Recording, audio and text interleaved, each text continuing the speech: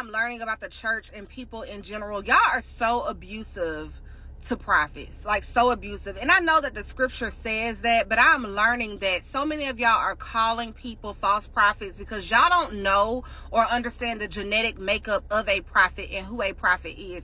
Y'all, I could literally cry watching some of the stuff that a lot of y'all that are so-called part of the church are saying about God's mouthpieces. Let me tell you something. A prophet deals with a lot of rejection, has been rejected from before they were formed in their mother's womb, well, while they were being formed in their mother's womb.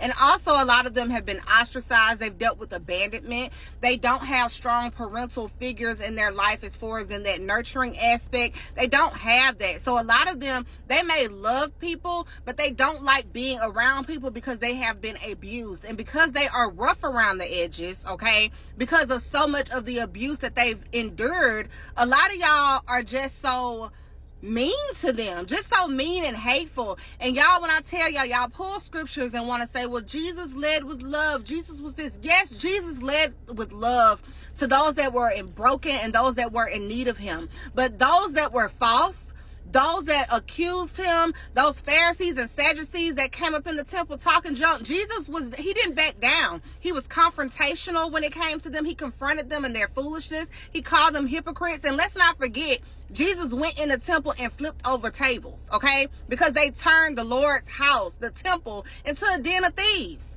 Prophets go in churches. Prophets go in families. Prophets go in school systems. Prophets go wherever the Lord sends them. And a lot of times they are called to dismantle systems. But because a lot of us are not allowed to go through to be processed. Because let me tell you something, when a person deals with so much abuse, neglect, and all the different types of things, they're rough around the edges. So oftentimes they bear the spirit of truth, but they don't carry wisdom with it.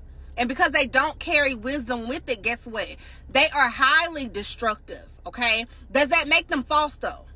No. And unfortunately, prophets are called to the church, but the church is the very ones that kills God's prophets. Let's not forget, chief prophet Jesus was murdered by his own.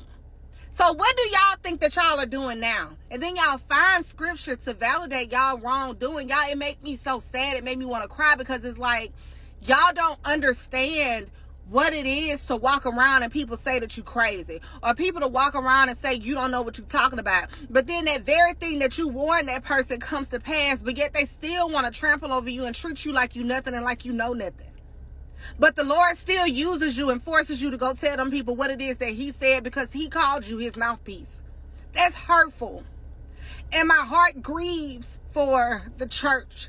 You know, I get up and I pray for the church, but to watch people on this app treat God's prophets in the way that they do, when God's prophets are the very reason and the truth that they bear is the very thing that can keep a lot of y'all from going straight to hell. Because the truth be told, y'all want to go to church and, you know, do a little two-step. Y'all want to shout. Y'all want to listen to y'all, whoever y'all minister of music, get up there. But when prophets come in the building and say, hey, that person needs to sit down at the pulpit because they are sleeping with everybody in the congregation, or this doesn't need to take place in here because God is not pleased, y'all beat them up. But that's the very saving grace that the Lord has sent to your establishment so that you won't be in Hades. Let me go pray for y'all.